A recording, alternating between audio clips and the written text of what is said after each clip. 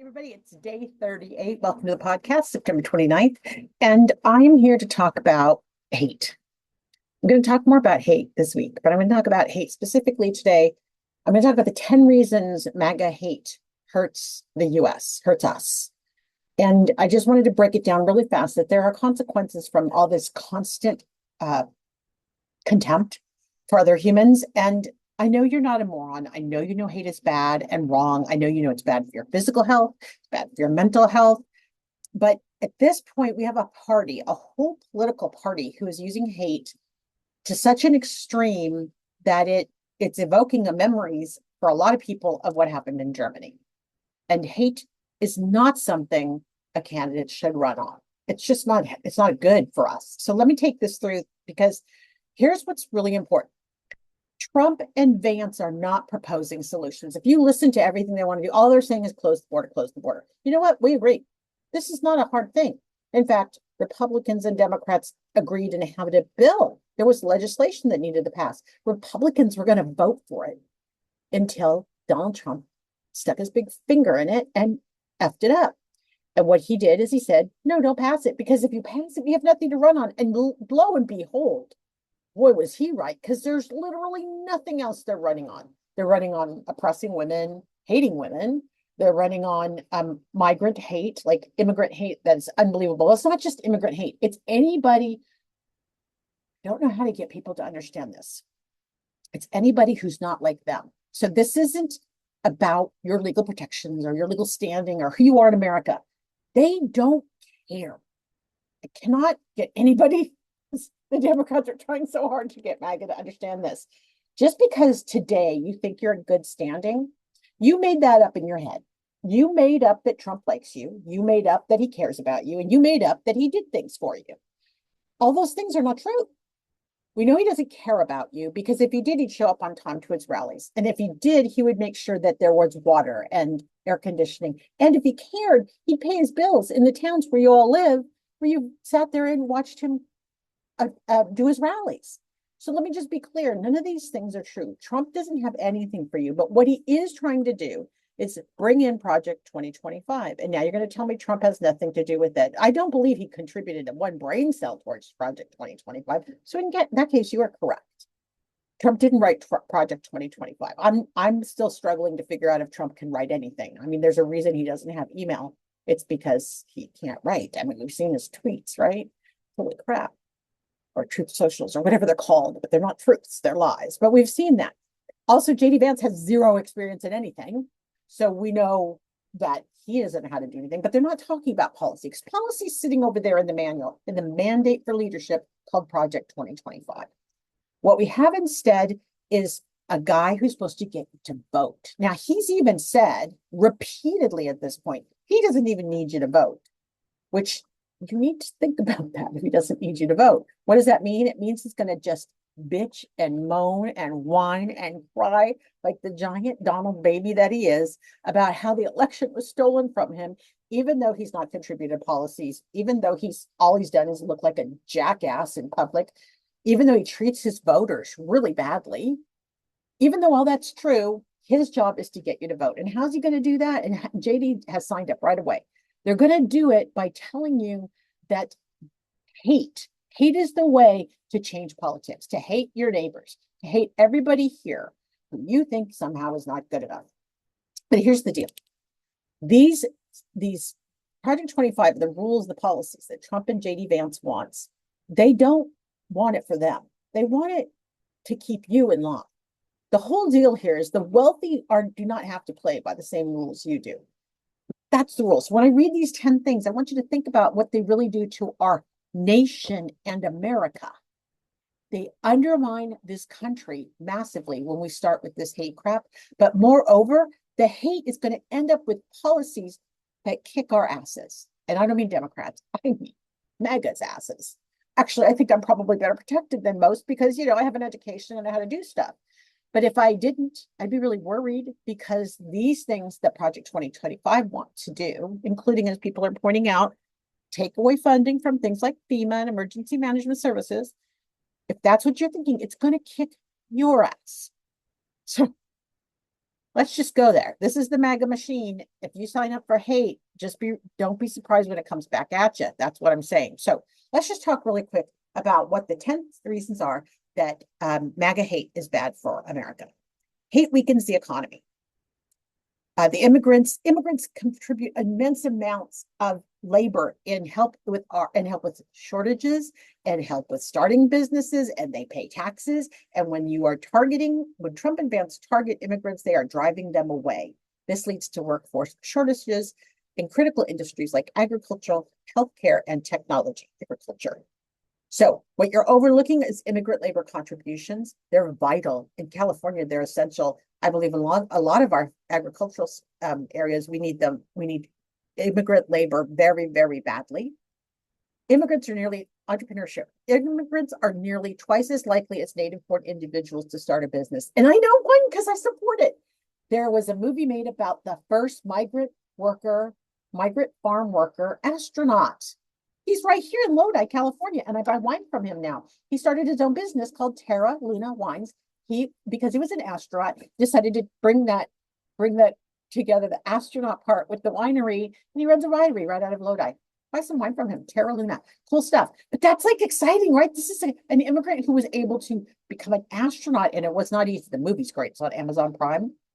Became an astronaut, and now he opens his own business. So entrepreneurship and tax contributions. You can bitch all you want, but if an immigrant works at a job that's getting that where they buy food and stuff, they're paying taxes. They contribute to taxes. So they're not freeloaders. I know you like to believe that, but that's not true.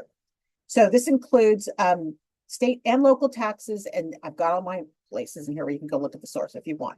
So that's how hate weakens the economy. Super bad for us. It undermines our economy. And if they really did round up everybody with a Hispanic last name, it doesn't matter if you're legal or not. They don't care. Look into the eyes of Stephen Miller. Then go somewhere and pray and ask that God cast Satan out of your body, because that's what Stephen Miller is. And tell me he's not the evilest man in the world who's going to lock up anybody with a surname he doesn't care for. Yeah, that's him. Hate increases social inequality. So targeting immigrants leads to marginalization and inequality, meaning like what's happening in Springfield right now. And when immigrants are vilified, they're pushed to the fringes of society, making it even harder for them to access the things they need to assimilate, like education, healthcare, other services. And it just starts to create this cycle of poverty. And if you look at any immigrant population that came in, the Irish, the Germans, the Swedes, the people from India, people from Mexico, people from Guatemala, when they come with their cohorts, you can watch how they first go through like a generation of poverty, and then the entrepreneurship comes in, and then the being able to actually live in the world and vote Republican. Sons of bitches, don't do it. If you are second generation, and if you've already lived some of the immigrant experience, bullshit on you voting for Republicans. What is wrong with you? What is wrong with you? How can you be so self-loathing? I come from immigrants. For crap's sake, they all landed in Minnesota. For the first time, I feel relevant because Minnesota. But like, we don't have a lot of culture. We have macaroni salad. That's what we have. Macaroni salad. There's some other Minnesota stuff that now that I see it, I go, oh, we eat that. I didn't know that. But I'm just saying, we don't want to have these cycles. And every immigrant population has gone through this process of assimilation. But when we make it worse by being hateful, the assimilation slows down, and that hurts us. So we see increased poverty cycles. We see discrimination in housing and employment, and we see health disparities. People are more sick because they don't have the same access. So there's another way that the social inequality grows. Hate also hampers innovation. This is a big one for me. I realize I live in an artificial reality because I grew up and lived in Silicon Valley for my career life. So I have a Silicon Valley perspective, which is, I'm learning really kind of different and weird. But the point is, innovation is what I've lived with. It's a perfect job for an Aquarian like me, right? I love new stuff, and I'm always a little bit in the future. I really care about how things are changing and how we're evolving and what we can do to make this a better place for all of us, right? Well, the idea that hate would hamper this kind of innovation. I know it hampered it with me when I got hated on as being a woman, when men would talk over me or basically relegate me to lesser positions of power based on just the dynamics. So I can imagine what it does to if people are actually telling you you need to die. Immigrants contribute to tech including Google, Intel, Tesla, all of them. These are people who are innovators. We have STEM talent coming in, making up 25% of the STEM workforce. That's your science, technology, etc. This is what you want, folks. These are the people who are going to figure out where our food sources are going to come from, since we now have massive floods, fires, and famine. All right, and then we have patents and innovation. And if you go look, how many immigrants' names are on those? And if you're going to try to parse immigrants, which some of you might be doing like right now in your head saying, but those are immigrants from India, not immigrants from Guatemala. I would tell you that's about you and how you parse hate. It's not about what's true, because there's people in Guatemala who can earn patents too, but you know what they've been? Repressed. A lot of them have been oppressed, actually, not repressed, oppressed. They have not had access to the kinds of things you have in America. That's why they come here, so they can have access. Okay, which is for me a great source of pride that people can come to America and have access. Number 4 is that hate damages our international reputation. This isn't even hard to figure out, right? Nations that promote hostility towards immigrants damage their standing on a global stage. Makes us look hostile, makes us look nasty, it makes us look punitive and unwilling to think, learn, listen, or change, which are all good things to do. So we lose soft power because our anti-immigrant policies damage our ability to influence global affairs. We lose in trade relations because people get angry when you say the people from their countries get angry when you say people from their country are bad or criminal or rapists or what's the guy's name from Silence? Or Hannibal Lecter. Sorry, so the Lambs. If you're calling somebody Hannibal Lecter, yes. And then it screws up our international human rights, because we say we believe in human rights, except what Trump is proposing as late as yesterday, or as late as when he said we're going to have the purge. Did you hear this? Did you hear how the hate's going? The hate's going so well that it's all the way going to the purge, which is a movie that requires some sort of adult beverage or adult substance to watch, because it's crazy. And I don't really like movies that are just about killing people, because, well, I already did that in my real life. I don't need to know about killing people. That's gross. But I'm just saying, these people, Trump and Vance, are going off the deep end on hate and on punitive responses to their hate, like murdering people.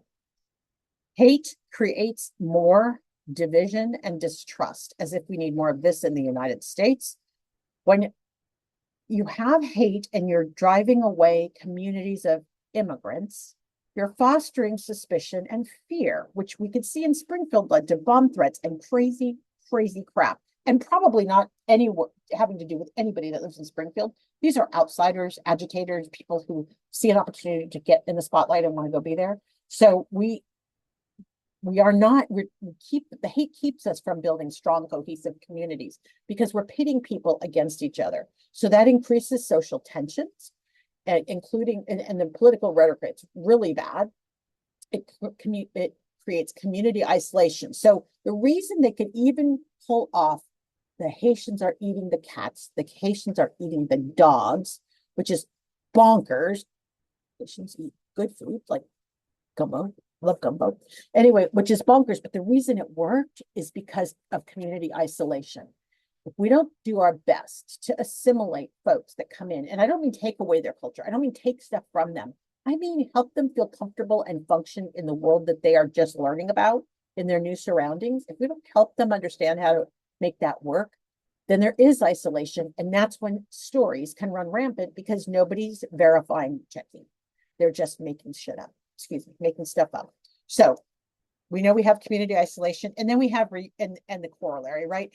Reduced community cohesion. So that's very, very bad. That's not what anybody wants. We want that to happen. The number 6 reason that we have hate is bad is it undermines our democracy. So you have voter suppression, because immigrants and minority communities are often targeted by voter suppression. People are trying to hurt them. We have reduced civic participation. Just coming out and being part of the community doesn't happen, because the people that are being hated are afraid. For years, for probably till I was 30 something. If I was a young woman and I was out exercising in public, men would moo at me. I'm serious. They would moo at me. Do you know what that did? Here I was taking all my bravery and all my will and all my sheer determination to get out of the house and get some exercise. All that did is make me never want to leave. I did many strategies as all women do because other women get the cat calls. It's just the same ugliness. You just want people to leave you alone. You're just outside having a walk. But can you imagine if you have people hating you in your community? How are you ever going to come out? You're not going to trust any institution. You're not going to trust the police. You might trust your library, but you don't even know what a library is. Not at first. So I'm just saying there is a lot here that's in play that really can hurt and undermine our democracy. We have hate erodes national identity. So in America, like many other democratic nations, we have a series of norms. We have values around inclusion and diversity. And when we hate immigrants, we are betraying our founding principles.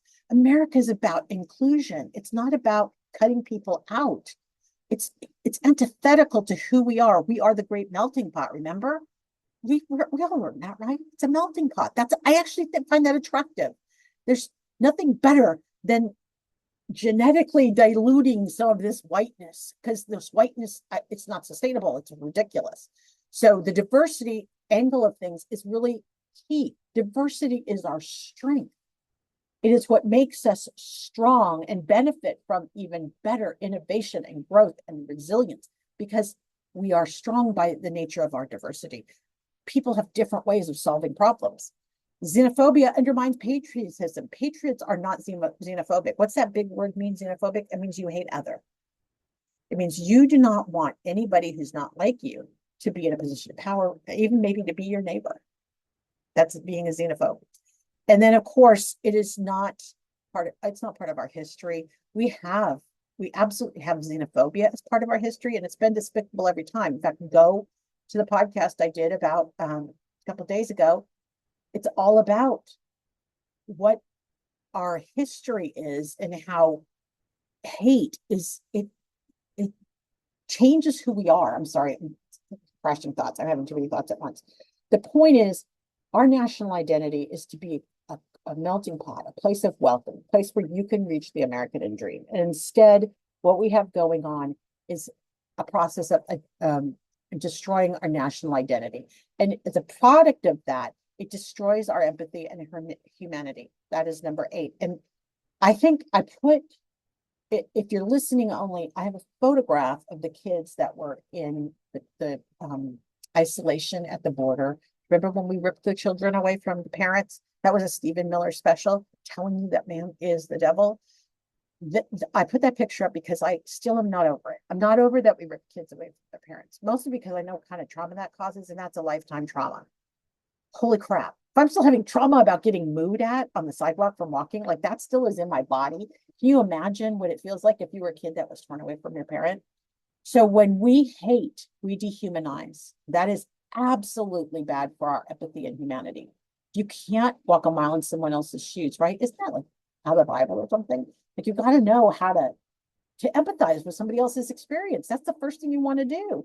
And then it supports cruelty. And we're going to talk about the cruelty as the point this week, because cruelty is really figuring pretty predominantly in our politics right now. And then it reduces our social solidarity, which is really bad. That's how they tore Springfield apart. And I think that's why Springfield right now is trying so hard to become socially solid, trying to find its way back together. There's a great video going around of a woman, the not white boys, I mean, these men showed up in covered heads and covered faces and everything. So you can't identify who they are. And they were preaching hate in Springfield this weekend. And a woman just stopped her car and said, no, get out, just get out. You don't live here. We don't want you here.